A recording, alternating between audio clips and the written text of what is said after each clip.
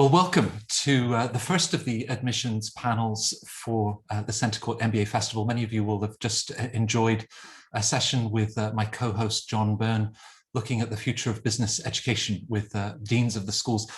All of this, every time I start another Centre Court Festival, I wish I was 27 years old all over again, not just for the things that I could unsay or the poor decisions that I made back then, but just I get to speak to such an extraordinary group of senior staff and alumni of these schools. They're just inspiring.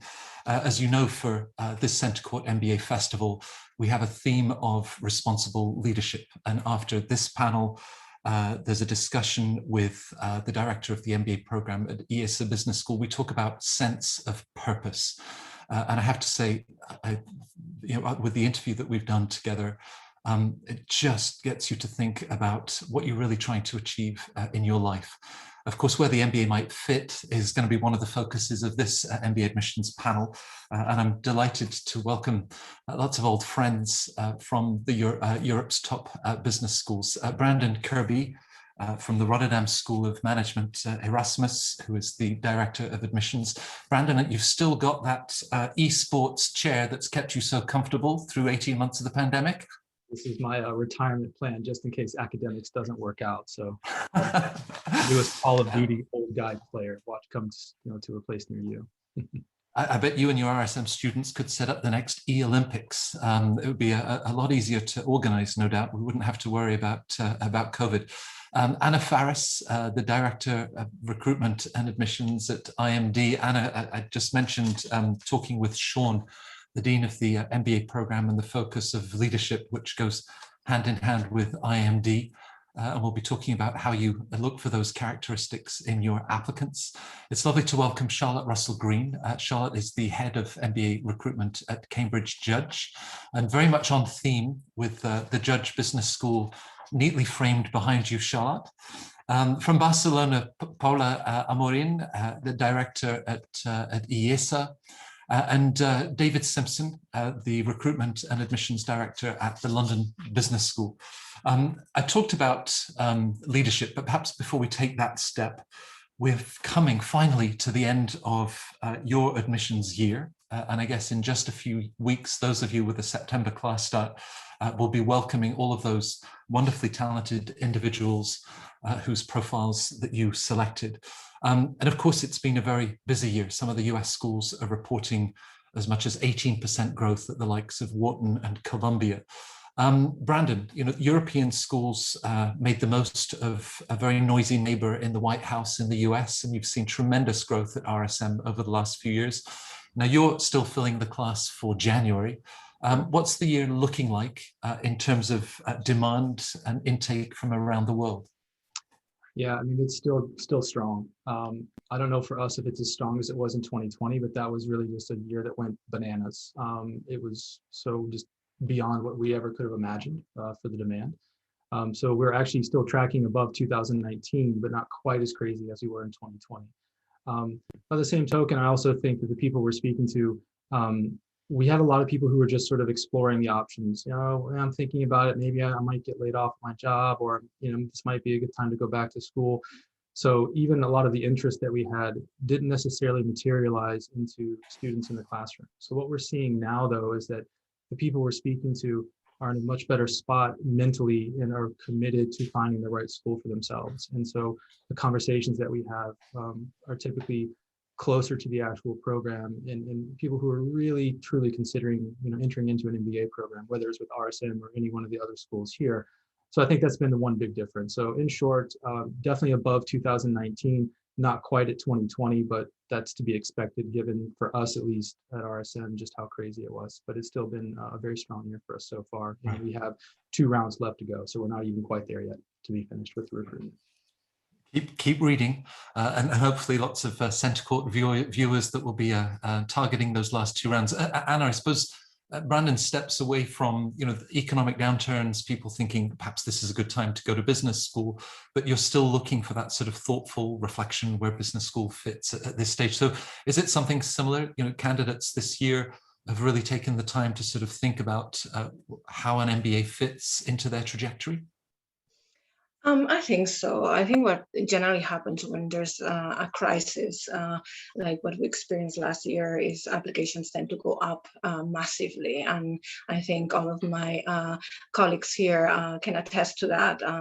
Applications really went up a lot.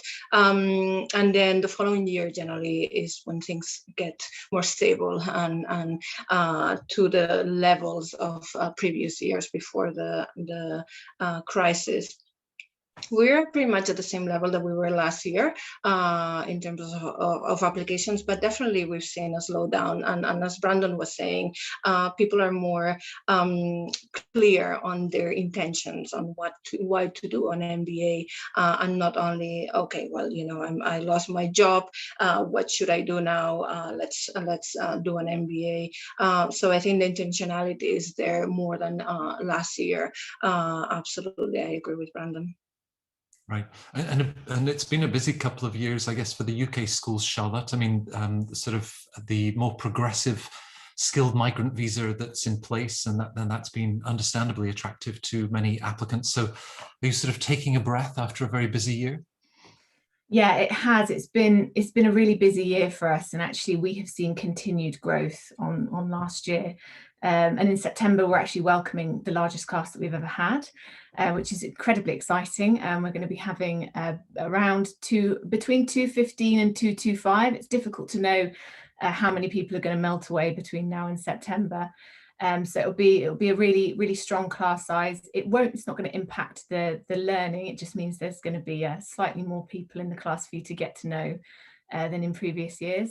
And we're looking at really, really good balanced nationalities as well. So good representation from all over the world. So we're maintaining that diversity, and around 44% female representation as well. So it's been very busy. Don't get me wrong, but it's been a strong year for us for recruitment. Right. All of you have made, tremendous progress in terms of gender balance in the MBA classroom over the last 10 years. And if you look historically, 2001, 2009, often applications from women would drop. Paula, IESE, have you similarly seen continued strong demand from women and sort of matching those gender balance goals that you have? So I think that the gender balance is actually one of our biggest challenges. We have been steadily growing throughout the years, but to be honest, this year we had a big hit. We've had like a steady absolute number of applications from women, but we grew on men, right? So the percentage of women was a bit diluted among more men that we've seen coming in. And we will also welcome our biggest MBA class, and we couldn't keep the percentage of women among them, right? So this was actually very frustrating. I think that we were able to increase other types of diversity in class, and this was something that we've been struggling for a long time, and this year we got it. But in terms of percentage of women, unfortunately, this year we will be some years back, unfortunately.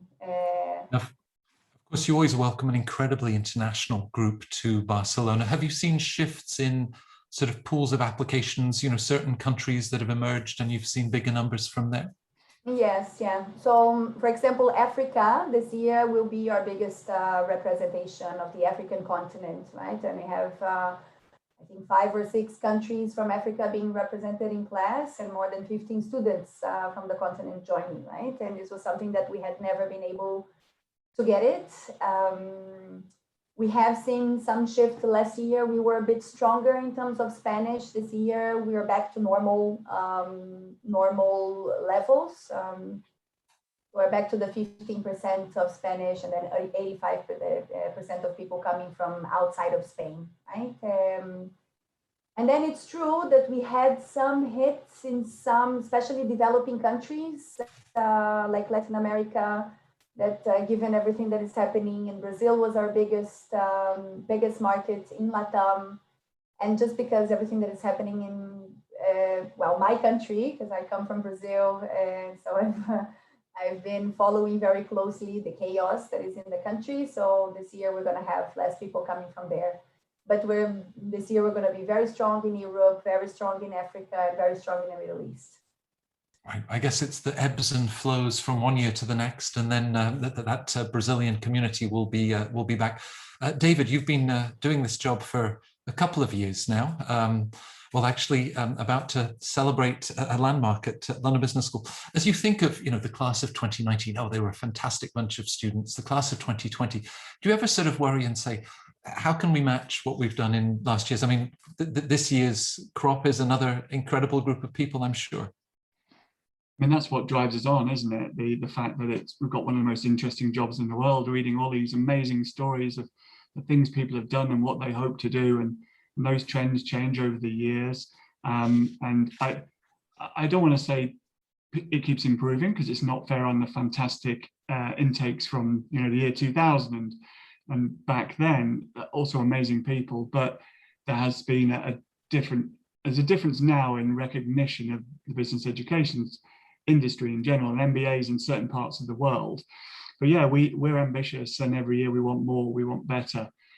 We want these indicators changing, and this year I think we focused very much on a broad range of diversity issues, way beyond gender or even nationalities. Nationalities bit's easy, I think, for all of us in this particular group. We would all like a few more from this region, a few less from this region, but on the whole it comes naturally to us. It's a strength. But to scratch below the surface and do more work on other areas within diversity, I think that's fascinating, and it's hard. I'd echo everything I've heard there. We've seen different great achievements and strengths and increases, and other areas that continue to be incredibly tough for whatever reason. So none of us have it easy, and none of us have some of the funds and endowment funds to throw around that some of our competitors have. But we continue to explain the kind of environment we have, and how welcoming it is, and the power of diversity and what it actually means, the benefits of it, I think have made the difference this year. But we're very happy with the intake, very happy with the volume. It's been a bumper year in terms of numbers. I wouldn't have wanted that much more. I'm pretty exhausted, and we haven't finished yet, but we're nearly there, and really happy with what we've achieved so far. Can't wait for August, so they turn up in person, and that will be it. They will be turning up in person as we start in person. Right. Brandon, you sort of said, well, perhaps the applicants this year have taken a little more time. They've been able to conduct more research. And of course, there are many, many ways for candidates to reach out to all of your schools. And I'd like to discuss them later on. I mean, do you see that then in the applications where they've been able to identify key differentiators for the RSM program, and what really creates that sense of alignment? So in other words, them identifying with RSM, what resonates with them, and then speaking to that. I think for a lot of the candidates that we speak to, the international component is a big deal for them. And there was an article put out today by Business Because. It was like, I think the MBA Olympics, and I think us and IMD were tied for first place for the most international cohorts at 99%. And I think that's a good example of, for those students who are looking to truly get the European experience, I think that's one thing. The other thing that we found since 2017, when we changed our mission statement to be Force for Positive Change, which is based around the 17 Sustainable Development Goals, we've definitely seen a big increase in people who are looking to either go into the not-for-profit, the NGO sector, or who are also looking for corporate sustainability roles. So things that, and positions that didn't exist, say 5 to 7 years ago, much less the people looking to fill it. We're finding now more students. And it isn't just lip service. I think in the beginning, when we first switched our mission statement, you would interview people who would talk about, oh, sustainability really matters to me, and it's really important, and so on and so forth. But then when you'd see the elective choices by students, or where they would go for their study trips, it didn't necessarily reflect the reality that maybe you might have thought you had on the way in the door. And I think that speaks to, for those listening, be yourself, and definitely don't tell us what you think we want to hear. But now, legitimately, we have people who say, you know what, I want to make a career out of this. And they've identified roles afterwards that they would see themselves in. And we also see this in the experience that they have in the classroom and the choices that they make for the electives and the different extracurricular things that they participate in. So I think that those two things are really critical. So it'd be the international component as well as the commitment that RSM has, especially to sustainability, circular economy, and things like that within the business context that have continued to attract students who are really looking to do that. And I'm sure there's some similarities with other schools, but for us in particular, sort of planting the flag that this is our mission statement, it's definitely, I think, helped us to attract the students that we would like to have. So those are two things I would point to. Right. And of course, 10 minutes into this session, you've raised the Olympics, which I'll then carry forward. Anna, do you think in terms of candidates as sort of gold medalists, or perhaps more this sense of participation and how they would fit into Team IMD? I'm not sure I'm understanding the question. There's lots of individual excellence at the Olympics, Sure. and across the different sports, but at the same time there's this idea of participation, being a member of that community, whether it's Team IMD, Team GB, or any other, and you have to mix and match the both, individual excellence, but how they'll become part of your community. Absolutely, and that's so important for us. We have a small class of at the moment is 98. Next year probably it will increase to between 100 and 110. And so we're very deliberate on who we choose to be part of that group. And so we have to ensure that it makes sense. It's kind of a piece of a puzzle, making sense that that piece matches with the rest of the candidates that are there in terms of their experiences, the contributions that they're going to make in the program. And so we spent a lot of time getting to know each one of our candidates very well. We spent hours and hours actually doing that. So yeah, that's one of the main things that we're doing in admissions, getting to know our candidates extremely well to ensure that we put the best class of 98 or 100 that we can. Right, and of course you talk about the time that you spend. You've adopted to a virtual format for the assessment day. Just briefly describe the assessment day and what you're looking to sort of identify in those individuals that you've pre-selected. Sure. So our assessment day, we actually had our first assessment day for the July deadline yesterday. So it's very fresh. We, in the Zoom format, is about 5 hours that we're going to spend with a group of 6 or 7 candidates, where they will be interviewed on a one-to-one with me or a member of my team. And then we're going to have a number of activities. Some of them are individual activities, some of them are group activities, where we really observe them, how they behave in this environment under pressure. It's a lot of pressure for them. See what their communication skills are, how they take the lead, or they allow other people to take the lead as well, which sometimes is as important as taking the lead. We also have feedback sessions, and I cannot share a lot. Our assessment days are always filled with mystery, to keep it a surprise, but it's a very important day for us. It goes a lot more beyond than the interview. The interview actually is only half an hour.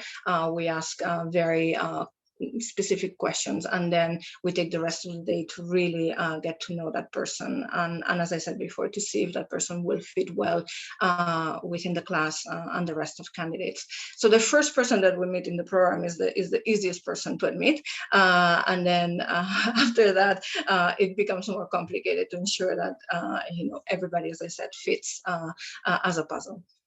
Right. To narrow down, Charlotte, to those 215, 225 that will be with you in just a few weeks' time, you've read a lot of resumes, a lot of CVs over the last few months.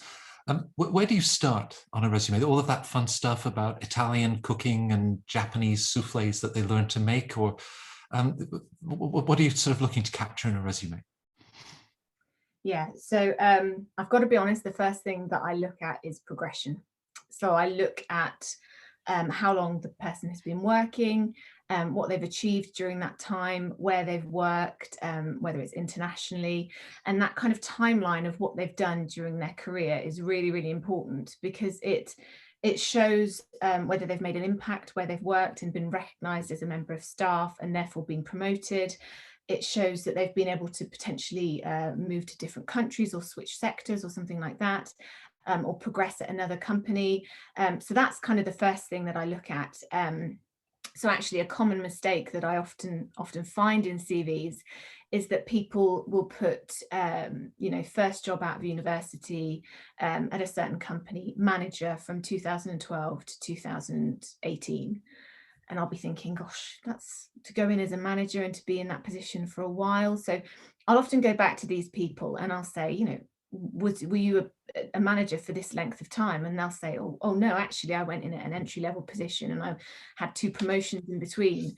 And that's something that I always say to people, that you might think it looks better to be in a managerial position for longer, but actually it's really important that we see that timeline, the roles that you've had, the dates that you've had it, because again, it shows that you've had an impact where you're working, and it shows that you've been recognized and promoted. And that's kind of, what we're wanting to see. We're wanting to see that potential in somebody.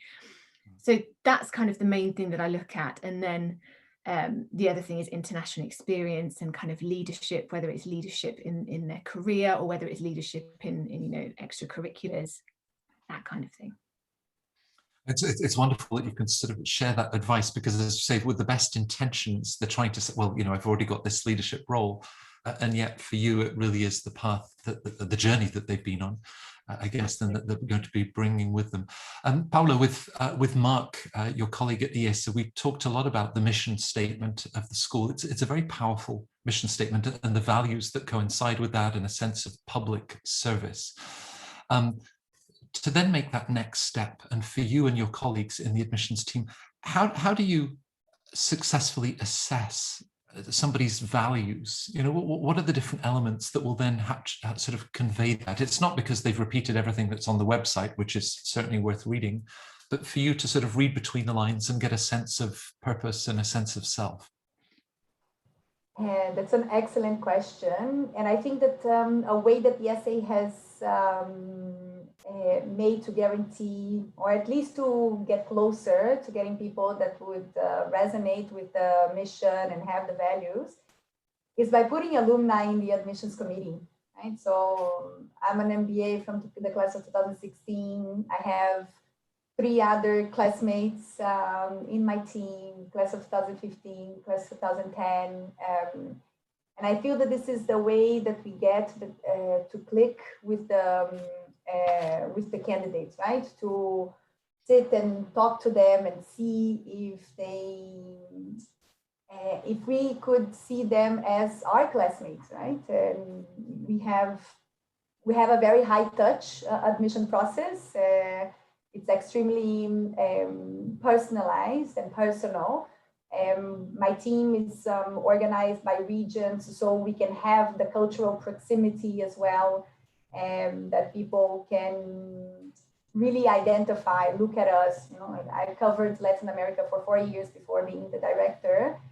And whenever I talked to Latin Americans and Brazilians, they would look and see, okay, so this is someone that was in my position a couple of years ago and went through the program, and I was here working for the school, and we've been in their shoes and we can support them well, and we want to, right? Because we empathize a lot with the moment that they are leaving.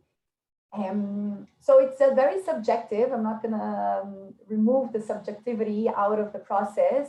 It's a lot of it's a lot of personal connections and a lot of touch points during the process. And again, as an advice for candidates is be close to the admissions team, right? As much as you can, or to the community, alumni, or current students, because this will send a message that you are committed to the school. And especially for IESE, where values is very important, this really counts, right? And especially when we sit in the admissions committee and discuss candidate by candidate, and you can see that the admissions committee can quote candidates, you know, like from the interviews that we had and the conversations that we've had with candidates.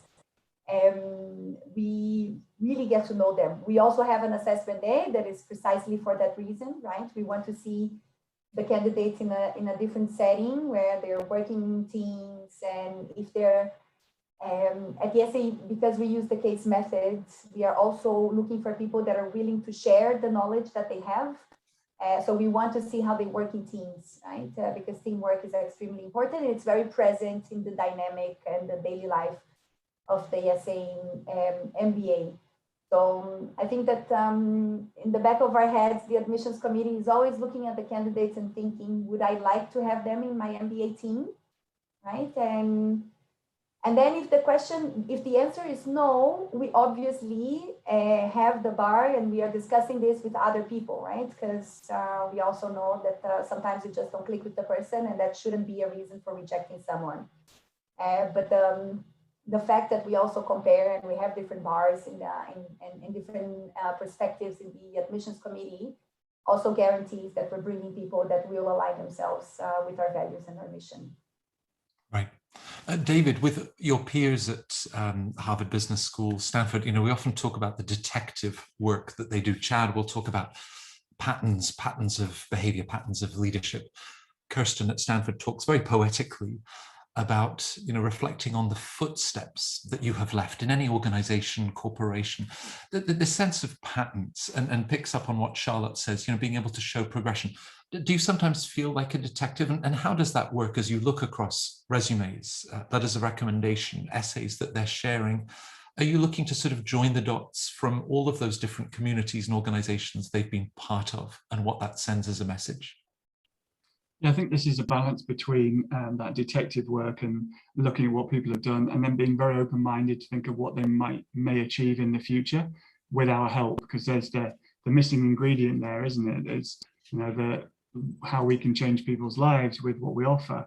I think the detective work, sometimes it really is going through a resume and thinking, if you recognize the company and the schools, it's all fine, but if there's a startup, or especially something in technology you're not aware of, I'll spend half the time digging around to understand what that business is and what they do. So there's a key for applicants.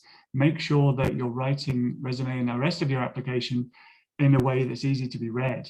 Write it as a reader, so that we're not trying to translate what you said from the technical language or understand who your company is or what it is you do. Don't make us have to do the work. Do it for us, and I'll be happier. But if you haven't done it for us, I'll still probably dig, because I'm interested in the world and business and how things have changed and what these companies are. So yeah, we are kind of hopefully looking into the future with people. We look at what they've done, what they've achieved, and what their potential might be. And a lot of that is dependent on the personality and the person, so that they can have a profound impact on the world sometime in the future.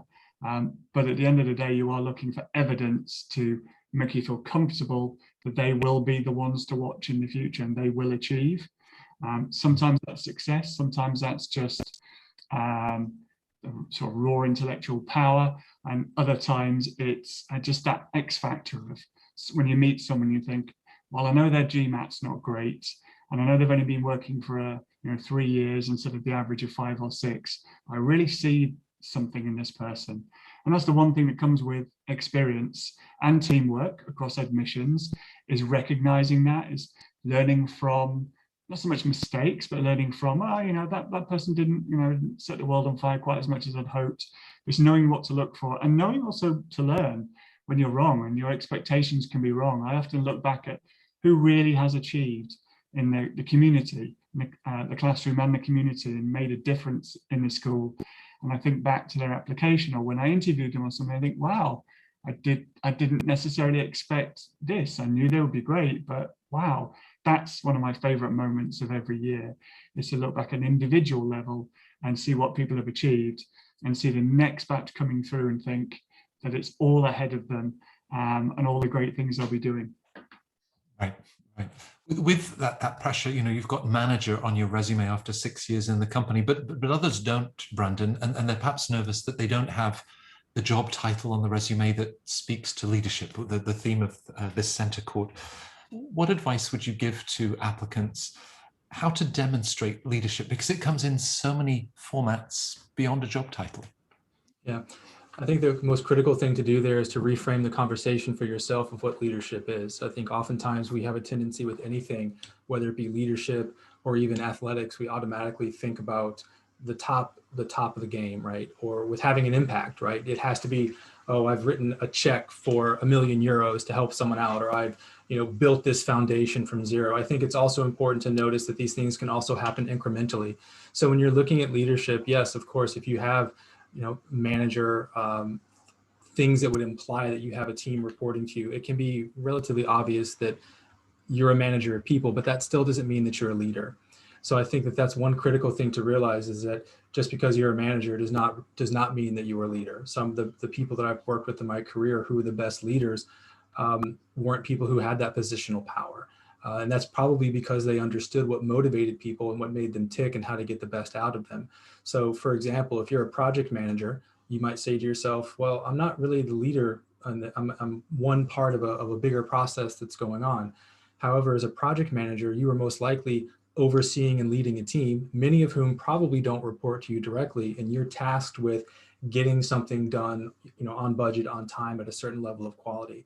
So I think when you are a candidate, you need to reframe the discussion around leadership for yourself, especially because you want to find every opportunity possible during, say, the interview or during a one-to-one to be able to showcase that. So you need to go beyond sort of the obvious ones, because again, I think that when you're applying for a lot of our schools, a lot of people are going to have leadership experience. So in a way that becomes a non-starter, because it's sort of, that's what the bar is. And if you don't have it, that's okay as well. But if you really want to stand out, I think you need to showcase how you led and how that leadership either contributed to something significantly, or if it was something that didn't work. I think David mentioned a moment ago about your failures. I mean, it is okay to be human, to be a little bit human. I mean, we don't want you to come in and just tell us everything that's gone wrong in your life and your career, because then you might start to wonder.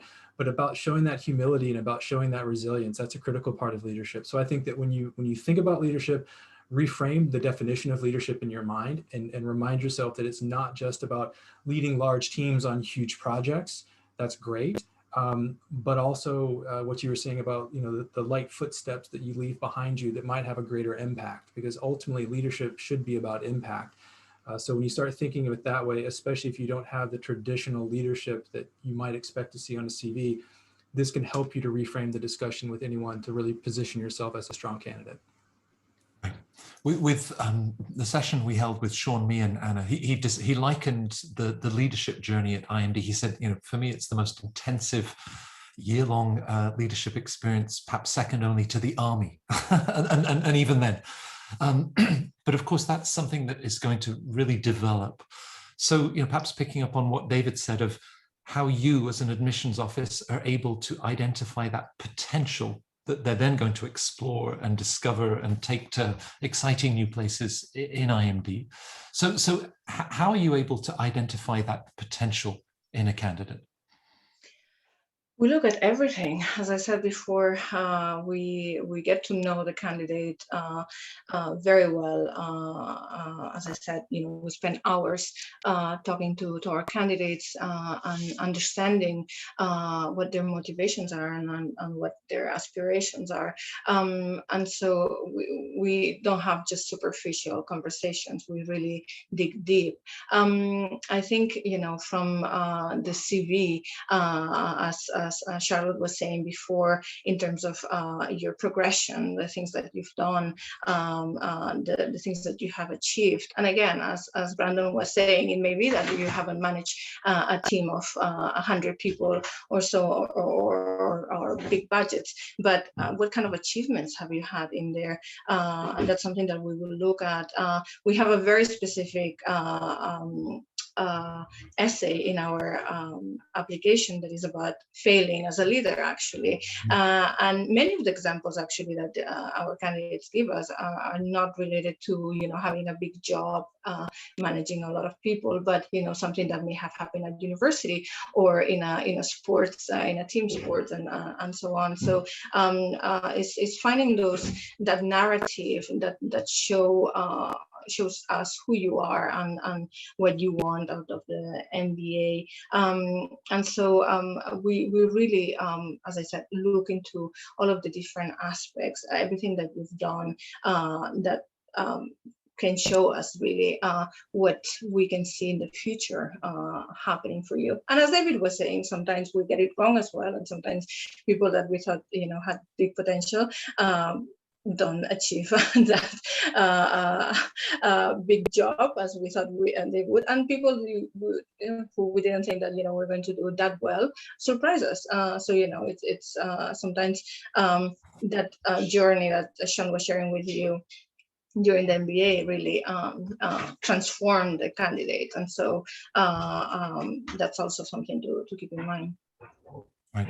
I often think that it's a gift, whether in your mid to late 20s, early 30s, as an admissions office, you're holding up this mirror to allow an individual to reflect on a path that they've taken, where business school fits and next steps.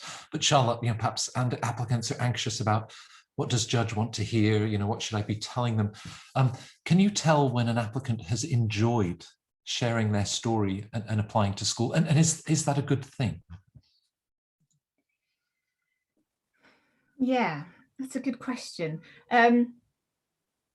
One thing I would say about when you're sharing your examples, and this touches a little bit on your previous question, I would say that the best thing that you could do is to choose, when you're answering your essay question, because essay questions are so important when assessing fit and potential, especially with leadership, is to not always use the example that potentially shows you in the best light, but the one that you can use and critically reflect on, because you may not have leadership experience, you may not have managerial responsibility. I mean, leadership is quite fluid now, so you might be able to show it in a variety of other ways in your career or personal life. But if you don't have that job title, then choosing a meaty example for your essay questions is so valuable. It doesn't always have to be a positive outcome either. It can be a time when you failed, as my colleagues have mentioned. But being able to critically reflect and show how you've learned from your experience, and also potentially from others as well, how you would do things differently. It shows that kind of self-awareness and resilience, and accepting of the fact that you're not always right, and that you're continually learning and continually improving. These are the qualities that we are looking for when we're thinking about a strong leader or a person with leadership potential. So if you're able to show that through your essays, then that's really what we're looking for. If we're looking for leadership potential, is a really strong essay answer that critically reflects and shows that self-awareness and resilience. And if you're able to do that, then it doesn't necessarily show an example that you've enjoyed, but it certainly is enjoyment for us reading it, because we think, yes, this person is brilliant. Perhaps enjoyment is not but they certainly embraced this sort of self-reflection and introspection, what it might say about characteristics that emerged in that very challenging situation. Yeah, absolutely. And an experience that they continually think about in their career, and reflect on. Right. Right. Now, your schools have extraordinary international classrooms that you put together. Paula, that sometimes the anxiety from a candidate, they reflect on an increasingly global world, working in multicultural teams, and that's going to be the experience in their IESE classroom and study groups. So to then be able to capture and share, you didn't do a study exchange in another country. The company that you've worked with, you've always been based in Bogota or wherever. So how do you encourage candidates to be able to share the sort of global mindset that is so important to each of your schools? I think that this is, it can be very tricky. And I understand how sometimes even candidates try to find experience that would just fill the CV, right? So just coming from the urge of having an international experience in the CV, and I'm not gonna lie that a lot of my undergrad was very driven by that, right? I just wanted an international experience in my resume. But I think there is other, because at the end of the day, working in an international setting is very challenging, and it takes you out of your comfort zone, right? And even me, when I had my international experiences before the MBA, which were not that many, but I thought I was extremely international, right? And when I came to the MBA, I realized how Brazilian I was. And you realize how, at the end of the day, this just means that you're not, you're constantly being taken out of your comfort zone and dealing with people that are very different from you. And this can happen in a national setting as well, right? So if you can showcase that, you know, like moments that you've faced challenges, that you've put yourself out of your comfort zone, that you've tried things that maybe you thought you couldn't do, right? And then you proved to be successful even with no track records before that you would be able to. I think that this can prove and make the admissions committee a bit more comfortable that you would be successful in an international setting, right? So, and even if you are working locally, but with people that have very different profiles than you, coming from different backgrounds, different social levels, different education, or even in a multinational, and then you have contact with people from other countries, this could also work. So it doesn't have to be just necessarily an international team, but just going to the bottom, as Brendan was saying, like trying to deconstruct a bit of what a global mindset is. At the end of the day, is just breaking your boxes, so that you can work in a team that is that are going to be very different from you, that are going to be very high level. And I think that this is also one of the challenges of the MBA, because you come with a big ego, where you're very successful, we're very used to standing out, and you come to a team where everybody comes from that background, right? Everybody has been very successful. So showing humility, showing that you have faced challenges. So as Charlotte was saying, bringing a case where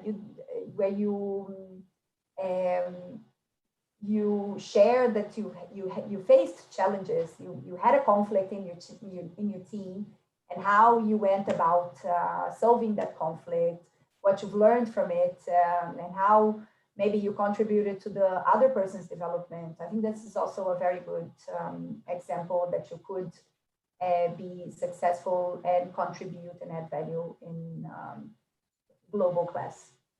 Right. With every dean that we've interviewed about leadership for this Centre Court, you know, I've asked them about characteristics that they observe in great leaders.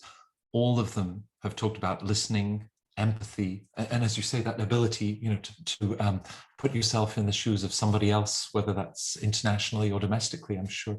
Now, David, after such a busy year, if I were you, I would go down from 4 rounds of admission to 3. That'll cut down the calendar year. I might even go down from 2 letters of recommendation to 1, because then you've got half as many of them to read. But that's going to make that one choice of recommender that much more important, who's able to share insights about the sort of characteristics that the panel have been sharing. So what's that going to look like next year at London Business School? I've been reading my email again, Matt. It's exciting news in that we are changing slightly, you know, what we do. I mean, the reason for us, or for me, for the shift in number of rounds is it's just we've been observing the way our application volume and quality flows in, and looking to adjust to one that makes sense for what we have now, rather than what we had 15 years ago. And on the references and recommendations, yeah, we just look at it. We always reevaluate everything we ask for and think, what's this doing for us? What does this give us? You know, should we adjust it? And quite often the answer is no. You know, we sort of famously haven't really changed the main essay very much for a while because it gives us what we want. You know, and I'm not bought into the school of sort of creative writing in an essay because I've got things I want to find out in the admissions process, the facts and figures, and we can spin off and do the rest later. That's by asking for one reference rather than two. Yeah, I think will focus people's minds. Many might sort of flounder a bit and think, well, I was thinking these two for different reasons. Now I've got to pick one. Only you can make that choice. So there's the tricky bit. I just echo what we traditionally ask for, which is somebody who knows you well, preferably in a professional setting, in a business setting or whatever you do, and can talk about your achievements and some of the challenges you have, the things you have to improve. But we get so much out of everything we ask for. We just figured it made sense for us and for candidates to go down to one. There's a lot of pressure on applicants who are applying to multiple schools, and that's most candidates, to start early looking at references and referees, because that's the first bit, because it's a third party bit, right? And if you're asking one person to write 6 different references for 6 different schools, or even if you're using a shared reference form, that's a lot of work for them. And how much extra value are we getting from it? We figure we can get everything we need from one. But yeah, you're gonna have to think that bit harder about who to choose and why you're choosing them. And perhaps also working with them, you talk about sort of enthusiasm and support that they will provide, but also that depth of insight. Do you recommend sort of sitting down with recommenders and talking through where business school fits in and what you're looking to share with the school and how they can then complement that? I think that's fine. I mean, we don't want anybody to coach their referee or write the thing for them, but you really should be taking time to explain what this is, even if you have a reference form that's self-explanatory. What are your motivations for business school and why this particular business school? Because then they will be able to put across the things that they interpret as being relevant to us if they know a bit more about who we are and what we do. So don't make assumptions that whoever you're asking knows everything already. Sit down and explain your motivations and your choices, and what perhaps that you might want to sing out from that reference sheet. And then it's down to the referee to decide what they write and how much they listen to what you said to them, because it's their choice at the end of the day. Right. Anna, you introduced me to a brilliant alumna who, after IMD, was working in cryptocurrencies, an industry position that probably didn't exist 5 years ago. Often there's this sense of, well, after the MBA, I'd like to work for this company, I'd like this job title. But is it more a focus on how they would like to develop, and that the applicant shouldn't be too worried about telling you the job that they want after the IMD MBA?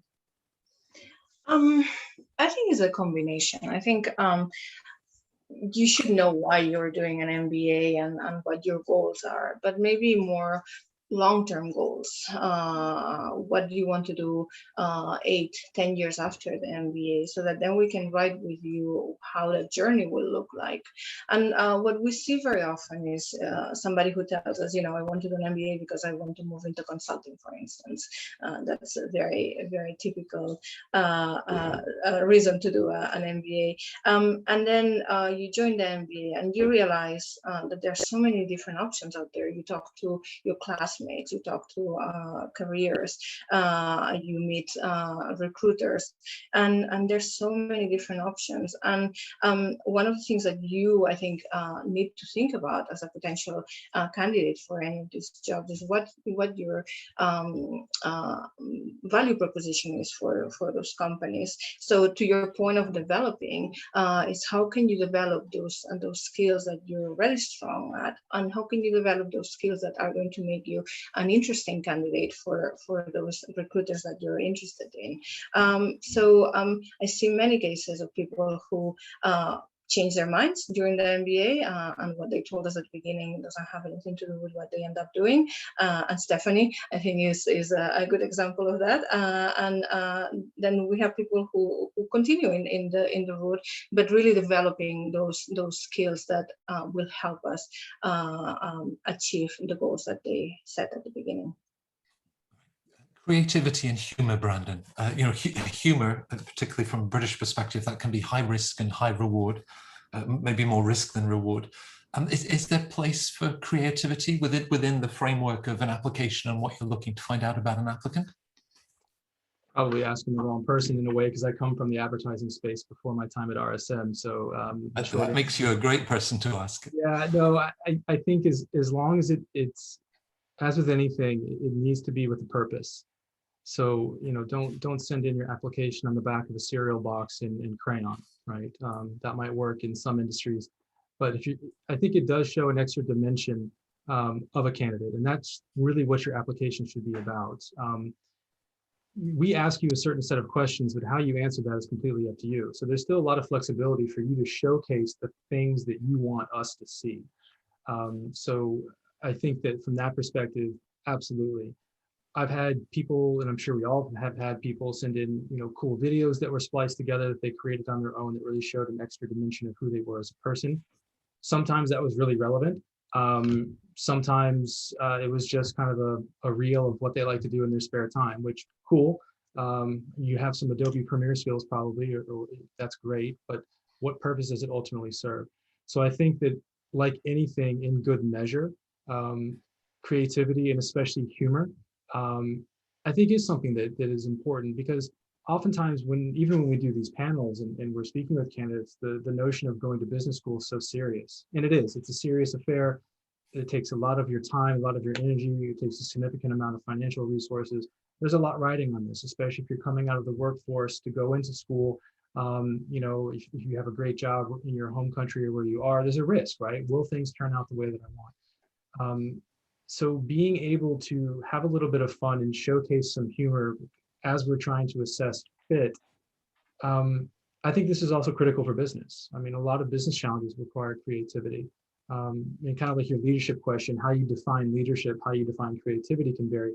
But I do think if you're smart in the way that you apply it, and it's kind of like a seasoning that you put on top of your meal, not something that it's not a full-on ingredient, but it's something you sprinkle in over the top. I think that's what take a candidate who, we all a lot of times see candidates with really great GMAT scores, with companies that you would like to see on a CV. After a while, that by itself is no longer the differentiator, because the person to your left and the person to your right is equally as strong. So when we go into our admissions committees and we're reflecting on the people that we've spoken to, those are the little moments, those little kind of surprise and delight moments that come through, and you're like, oh, I remember that interview with so-and-so, and they shared something that I completely didn't expect. And then they actually related that back to why that matters to being in a business school. Those are the little aha moments, I think, that can really help a candidate stand out. But again, it needs to be with a purpose. It needs to sort of fit with the message you're trying to get across. But absolutely, I think using some creativity, showing who you are as a person, the humanistic side, can really go a long way. Also, especially if some of your elements aren't as strong as you would like them to be. Not that you want to sort of take attention away from that, but you might have to compensate in other areas to say, look, I'm still absolutely, should be in your program. So creativity, humor, humanity, I think those are all three things that can go really well when used in the right way.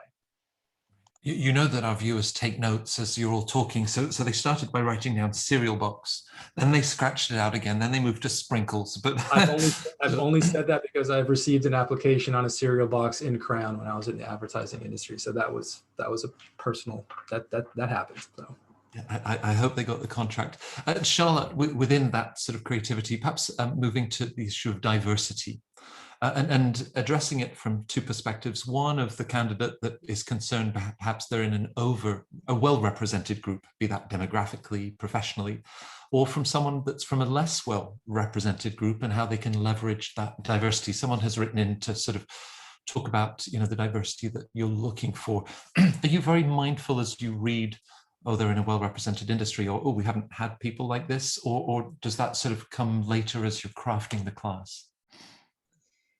Yeah, so I think Anna talked about this earlier, about how, the choices that we make when crafting the class are deliberate. It's important that we have a diverse class, that we don't have too many of the same backgrounds. So we don't want too many consultants. We don't want too many people from finance. It has to be balanced so that it makes for a dynamic and fruitful learning environment, but also thinking about people and making connections in different industries. You know, we have a very collaborative class. It's a class of around 200 to 220. So people come on the MBA to build meaningful relationships and to build their kind of international network from the confines of the classroom. So it is really important, and that balancing act is always a challenge every year. And it can be challenging for people who are coming from a background that is very, very common, to make yourself stand out. And I think that is where potentially creativity can come into it with your answers. Also, those examples that you use to answer your essay questions, again, I know I keep harping on about it, but if they can really show that leadership potential, then that, you know, you're onto a winner there. You're making yourself stand out. You're making yourself seem like somebody that we want on the programme. If you're somebody from an underrepresented background, then of course you still have to meet the criteria, you still have to show that leadership potential. But ultimately, you know, we're always interested in underrepresented minorities, we're always interested in diversity, and we have funding and scholarships to represent that as well. We work with the Forte Foundation, we have regional scholarships for nationalities, we have sector scholarships as well, and we also work with Reaching Out MBA for the LGBTQ+ community as well. So diversity is very important. It is a challenging balancing act, and it can make the job both interesting and challenging. But ultimately, if you're the kind of person that we want on the MBA and you submit a good application, then you're in with a chance. Anna also described, Paola, she said, you know, the first admit of the next year's class is perhaps the easiest. All of those places are there to fill. Does it get more and more difficult, or just that sense of it gets more and more wonderful? Because as you're crafting that diversity, do you get very excited for what's to come next with all of these different profiles that you're admitting into the program? Yes, and I've been working in admissions for 5 years, and it's very interesting to see the evolution and the development of the profiles, right? And I agree with Charlotte. I think that it does make our jobs harder and more challenging, especially when diversity is a concept that is very difficult to define, right, and establish. And we are looking, schools might consider diversity in different dimensions. And I think it comes to each school to really decide what's going to be more important or more aligned with their mission and value proposition. But I've seen the change in the applicants pool, right? And especially in this last year, I've been receiving so many people that are coming from the social impact space and want to continue in the social impact space, and that are really dedicating their careers to this sector, which was something that back when I started or when I was applying, it was not really that relevant, right? So it is becoming more trendy, and the world is changing. I think that for the admissions team, it's very important to stay tuned, right? To look at the applicants with different eyes, with the refreshed eyes, because the applicants that we are admitting today are very different from 5 years ago, right? And because the achievements, the challenges in the world, the challenges in the workspace are very different. What they actually do at their work, there are so many jobs that were not there when I started, right? That it just becomes very challenging for us also to understand what they do. And so the admissions team needs to constantly be recycling ourselves, right? Not to say that we need to change the admissions team all the time, but we need to make sure that we are on top of what's happening in the world, what the trends are, what the world is, the new generation, right?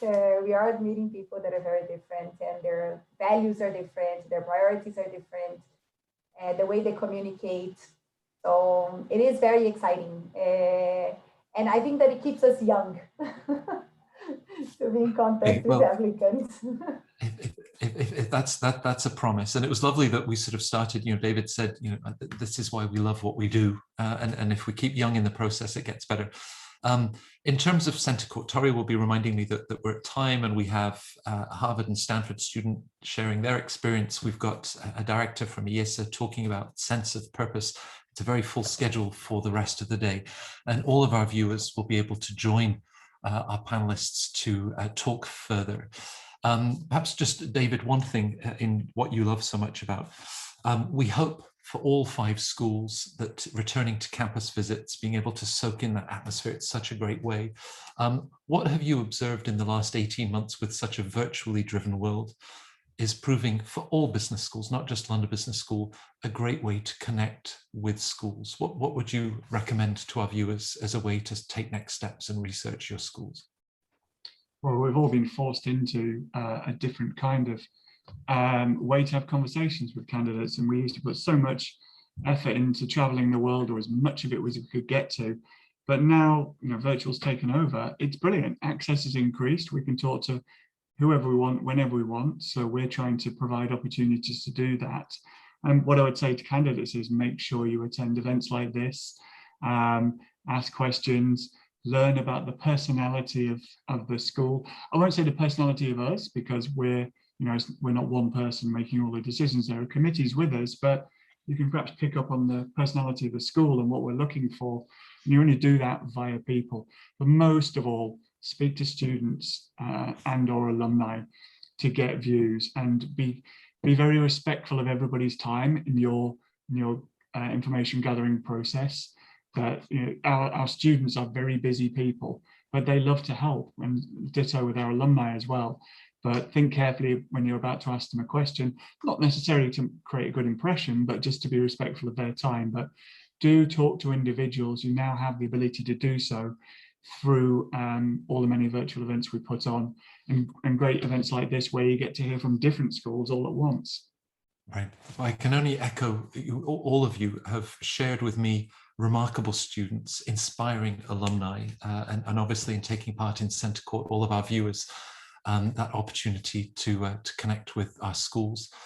So do start those conversations with people that made this great choice to go to business school. It's always a good time to invest in yourselves. And as I think our panel has shared, the thoughtfulness that can accompany this, and sharing your story with them. So Brandon, Charlotte, Anna, David and Paula, thank you for joining us in the last hour. Some people will be watching this days later on YouTube. But again, reach out to them. As you can see, they're wonderful professionals that I'm so fortunate to work with. And stay with us. You'll be able to chat to our panelists, and then join us for all of the other interviews, fireside chats and panels that are to come over the next days of Centre Court. But thank you for such a great panel.